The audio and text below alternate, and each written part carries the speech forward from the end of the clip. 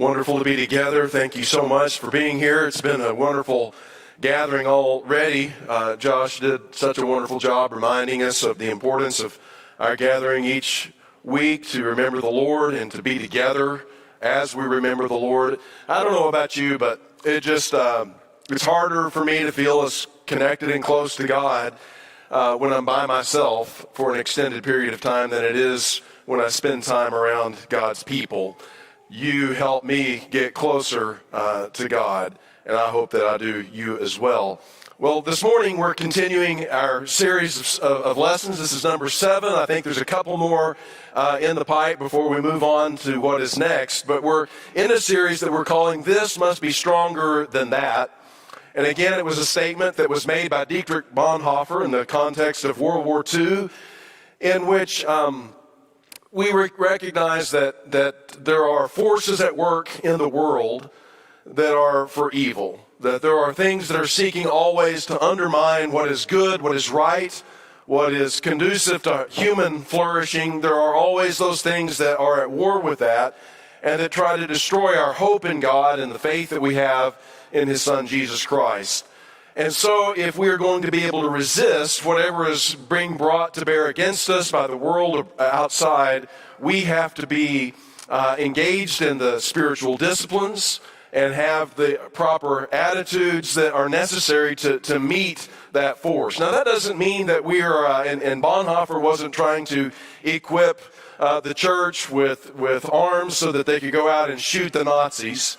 And that's not our approach to dealing with the warfare that we're involved with as Christians. Paul makes it very clear in 2 Corinthians chapter 10 that the warfare that we are engaged in as Christians is not the war in the flesh. It's not carnal warfare, as the King James puts it, but rather it is a warfare that we are conducting in the Spirit of God. And that doesn't mean that we don't have weapons, but our weapons are spiritual in nature.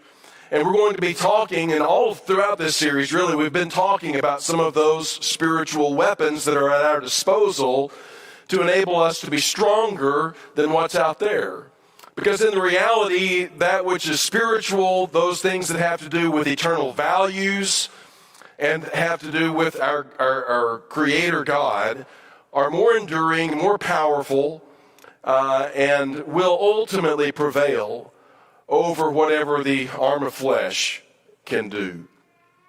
And so with that said, the thing that we want to talk about this morning is simply this, that hope must be stronger than cynicism. If this is going to be stronger than that, then our hope must be stronger than the tendency that is perhaps endemic in human nature, and certainly in the times that you and I are living in, toward being cynical about life. Cynicism is the disillusionment that comes from having bad experiences.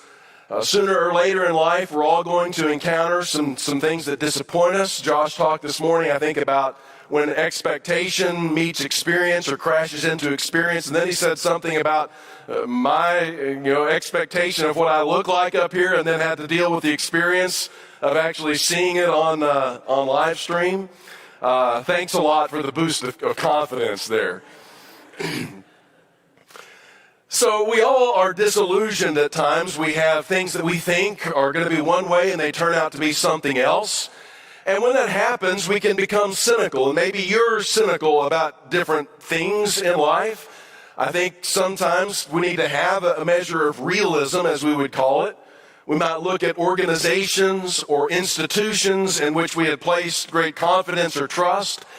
And as those confidences are betrayed, we are disillusioned and we become skeptical. And that skepticism can easily creep into cynicism that spreads beyond the specific thing that we may have reason to be suspicious of into a general attitude of just cynicism toward all organizations, all groups of people, and even other individuals as a whole. It has to do with the idea of distrust in the motivations of people. It has to do with the belief system that our ideals are unattainable because the world and everything in it is just corrupt.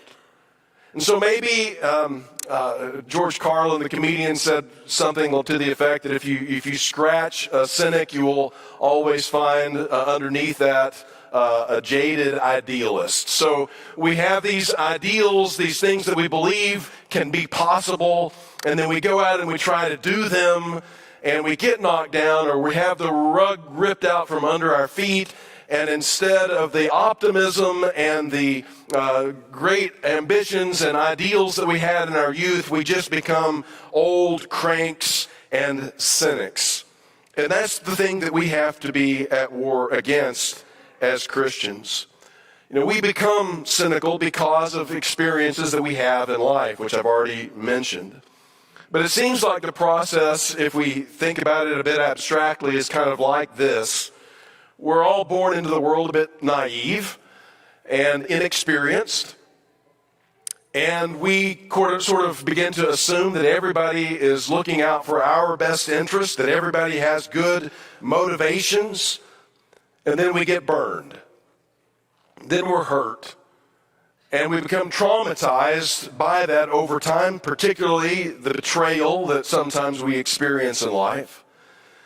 And even at worst is when we begin to realize that not only are other people not as trustworthy as I once thought they were, but that I'm perhaps not as trustworthy as I thought that I was. And so we end up becoming cynical. And we may say to ourselves, well, I'm a lot smarter now that I'm a cynic than I was when I was young and naive. And that's true enough. Cynicism is an advancement in maturity above being naive. That much is to be sure. But there is growth that goes beyond cynicism. We shouldn't be naive, but we shouldn't get stuck in cynicism, though that may be a place that many of us land for a while before we mature to a more perfect place that Jesus teaches us. And if we follow Jesus, we are not permitted to get stuck in cynicism. We're not permitted to think that the world is just corrupt beyond repair, and that everyone and everything in the world is just awful, and that even I myself am so disappointed in myself, and I'll never change, and you'll never change, and the world is never going to change, and so we're just going to give up on it and be bitter and scornful and scoffers and make fun of anyone and everybody who has an idea and is trying to make things or themselves better. We'll just scoff at that. That's not a good place to be. We know that, and Jesus doesn't permit us as Christians to stay there. And so naivety, no. Cynicism, no. But maybe there's a place beyond that we can land in and mature in. Jesus is our example in this regard. He was fully aware of the depths of depravity that exist in the human heart. And yet, he chose to come and be our Redeemer anyway. It wasn't that Jesus was naive and just thought, oh, look at all the lovely people who are just doing everything right, whose motives are so clean and pure, and they're just so lovable. They're just kind of off base on a couple of things. I'll just come and do a little course correction for them, and they'll all follow me, and we'll live happily ever after. That was not the mission that Jesus signed up for and came into. He knew that the heart of man is desperately wicked, as the prophet Jeremiah said it. So he came on a redemptive mission, fully aware of what it was he was getting into. In fact, it says in John chapter 2 and verse 25 that no one needed to tell him about human nature, for he knew what was in each person's heart. Imagine that. You know, that's really a knowledge that I don't even want to know. I have a hard enough time dealing with the evil that I know is in my heart and that is sometimes revealed in your heart. And the last thing I want to know is what everyone is thinking all the time. I think only God could bear it. Only Jesus is strong enough to know all of that and to love us anyway. He didn't need anybody to bring him up to speed. He wasn't naive. He fully was aware of what was in every person's heart. And when you think about the disciples that he gathered around him, he didn't just pick the best and the brightest. That's not what Jesus' selection of his disciples was about. Here's the few good men that have the virtue inherently within them to change the world. No, he just picked people who were just like everybody else. And he knew what was in their hearts as well. A couple of quick episodes, I think, illustrate this. Josh again mentioned The Chosen. I was watching an episode of that the other day, and it was the episode where he had to confront James and John, the sons of Zebedee. He gave them the names, the sons of thunder. And part of the reason that this nickname was given to them was because Jesus was passing through a village of Samaria, which was a people group who were antagonistic with the Jews. And because Jesus' face was set steadfast to go to Jerusalem, they recognized that he was headed back to among the Jews. They got angry with Jesus and wouldn't listen to what he had to say. And so James and John said, just filled with anger at these worthless Samaritans, said to Jesus, "Do you want us to just call down fire from heaven and just consume them?" They thought Jesus would be impressed with that. They thought Jesus would be pleased with that. Instead, Jesus rebuked them. And his words, in some translations, was put this way: "You know not what spirit you are of." You think in asking for this that you are properly motivated. But the reality is, this isn't the Spirit of God that is at work in your heart. This is the spirit of evil.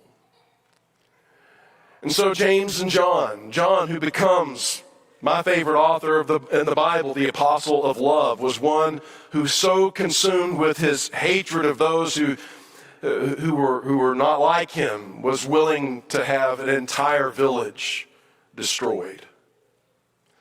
And Jesus knew that was in his heart. And he called him to be his disciple anyway.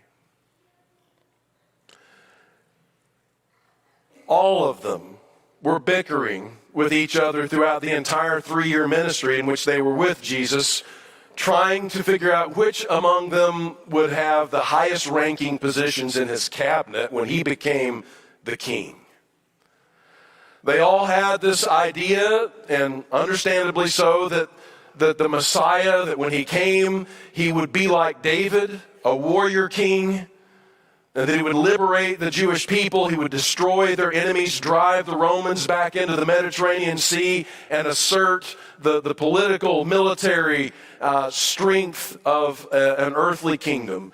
And they said, we are perfectly positioned at his side to be at his right hand and his left hand. And they argued constantly about who was going to get the best positions in his administration. And that's, to a great extent, what they were following Jesus for. What's in it for me? And Jesus knew it all along the way.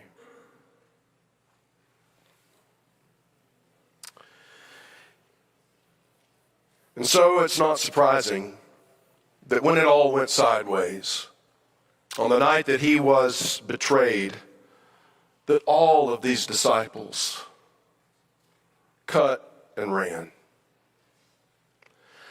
In fact, it says in Matthew chapter 26 that Jesus warned them that this was going to happen. He knew that they would run away and abandon him.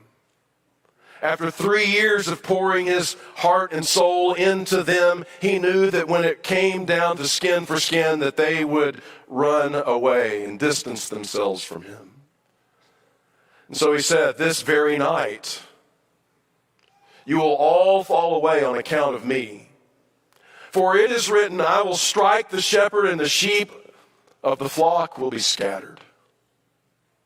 It's going to happen just as the prophets foretold, he says. But after I have risen, because I know what I'm doing this for you, and I'm going to rise again, and after I've risen, I will go ahead of you into Galilee. But Peter interrupts in the middle of all this and says, even if all fall away, if all these other guys quit you, I never will. And Jesus said to Peter, truly, of a truth I'm telling you, Peter, this very night, before the rooster crows, you will disown me 3 times. But Peter said, no, Lord, even if I have to die right there at your side, I will never disown you. And so said all the rest of the disciples. It wasn't only Peter. Well, after Jesus was arrested, they did, in fact, scatter and run away. Peter followed at a safe distance so he could see what was going on. And we're told in verse 69 of the same chapter that Peter was sitting out in the courtyard, and a servant girl came to him and said, you also were with Jesus of Galilee. But he denied it before them all. I don't know what you're talking about. Think about that for just a moment. A little girl points at him and says, no, I think I saw you with Jesus. No. I don't know what you're talking about. I don't know Jesus. I'm not one of his disciples. Don't confuse me with being one of his followers. And then he went out to the gateway where another servant girl saw him, and it said to the people there, this fellow was with Jesus of Nazareth. But he denied it again. And with an oath. That means, by God, I do not know the man that you're talking about. And after a little while, those standing up there went up to Peter and said, surely you are one of them. Your accent, your Galilean accent, it gives you away. And then he began to call down curses. I don't know for sure if that just means he's just cussing. Literally, the idea of calling down curses may mean that he's calling down curses on Jesus. But again, he reiterates, I do not know the man. And immediately a rooster crowed. And so we're told that when Peter remembered the word of Jesus, before the rooster crows, you will disown me 3 times, that he went outside and he wept bitterly. See, this is where cynicism comes from. There's the kind of cynicism that we get when we are so disgusted with other people and their betrayals of us that we don't trust anyone out there anymore, and that's bad enough. But when you finally come to grips with the reality that you're not nearly the person that you thought you were, and you can so quickly find yourself removed from Jesus, distancing yourself from Jesus in whatever ways we are prone to do it, then we become cynical of human nature itself, cynical of ourselves, and do not believe that there is any hope of salvation for others, for myself, or for this sorry world. And a world that falls into that state of being is in a terrible place.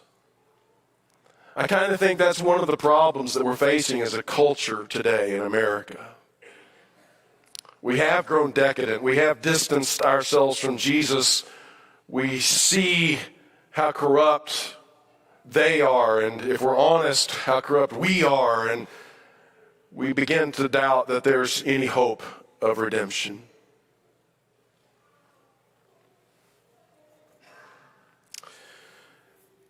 Well, after Jesus died on the cross, Peter decided that he was going to go back to fishing. There was no other alternative for him. Even after there were rumors of Jesus' resurrection, and perhaps even after Jesus had been witness to his resurrection, it would appear, Peter decides, still, there's no place for me in the kingdom.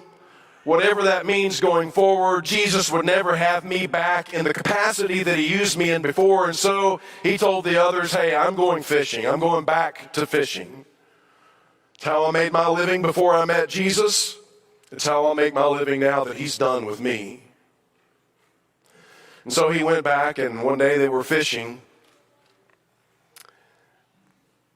And then they came to shore. And Jesus met them there. And Jesus invited Peter to come along with the rest around a charcoal fire that he had kindled on the beach, where they ate fish that the disciples had caught. And as they're gathered around that fire, Jesus says to Peter, "Hey, Peter, do you love me?" And Peter said, "Yes, Lord, I do." And here's the amazing thing. Jesus said, "Peter, I want you to feed my sheep. I want you who have betrayed me 3 times. I'm going to trust you with everything." And so he asked Peter again, "Do you love me?" And Peter a second time says, "Yes, Lord, you know that I love you." And then it says in John 21, verse 17, that a third time Jesus said to him, "Simon, son of John, do you love me?" And Peter was hurt because Jesus asked him the third time, "Do you love me?" And he said, "Lord, you know all things,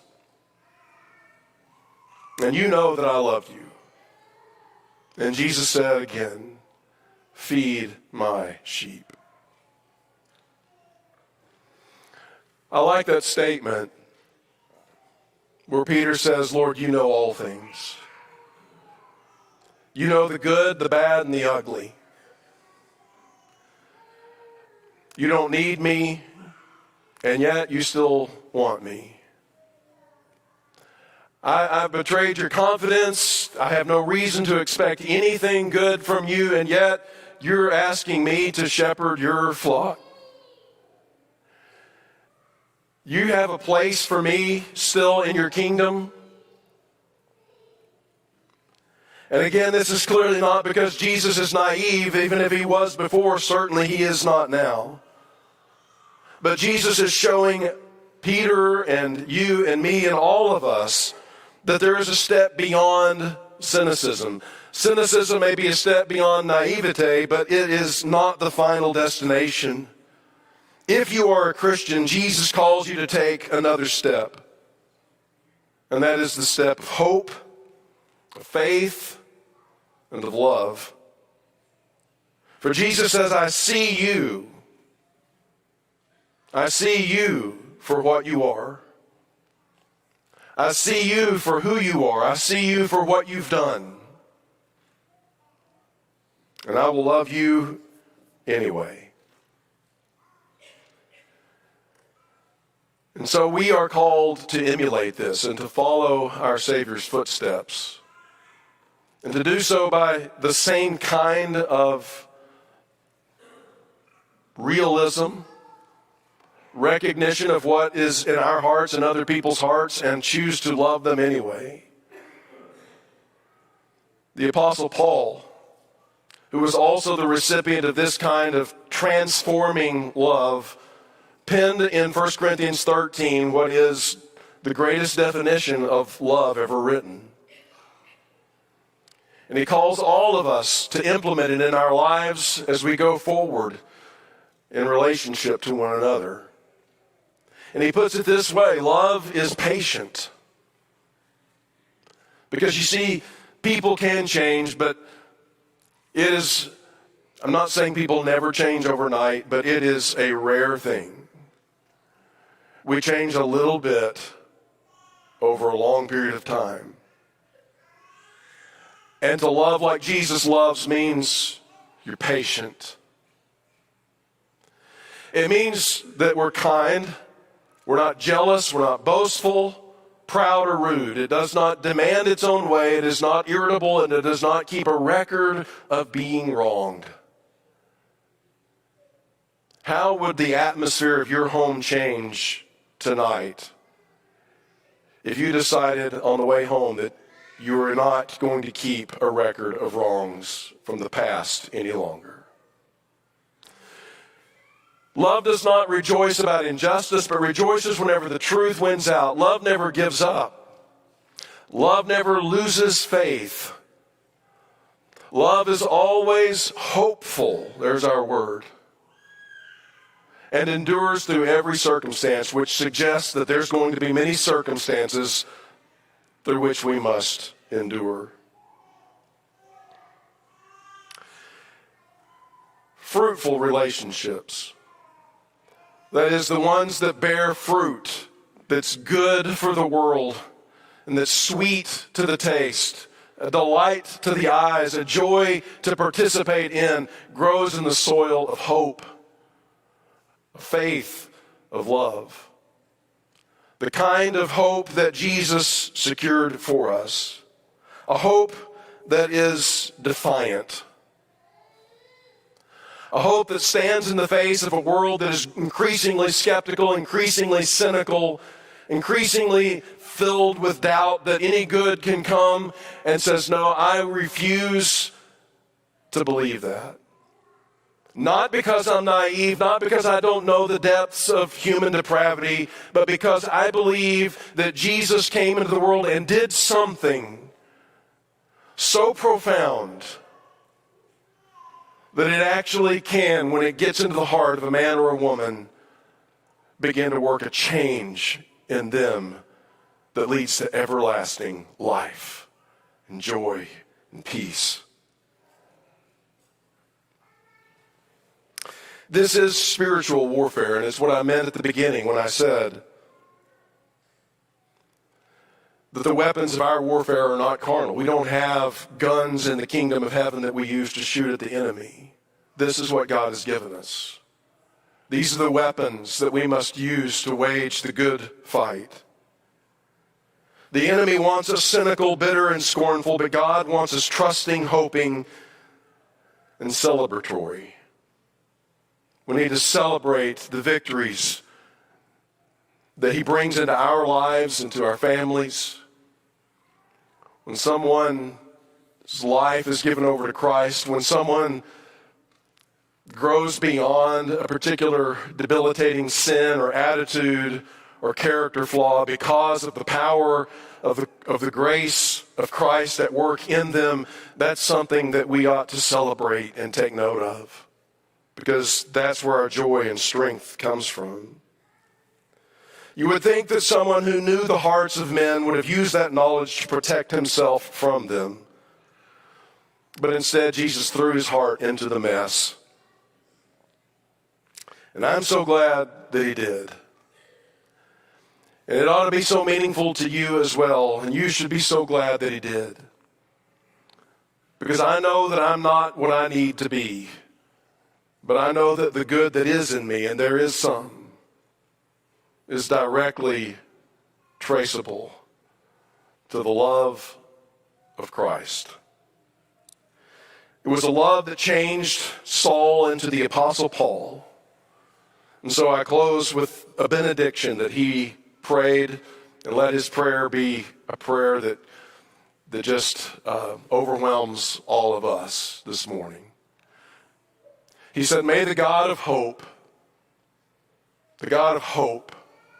hope greater than the cynicism of this world, may the God of hope fill you with all joy and peace as you trust in Him, so that you may overflow with hope by the power of the Holy Spirit. If you're not a Christian, we encourage you to come this morning while we stand and while we sing.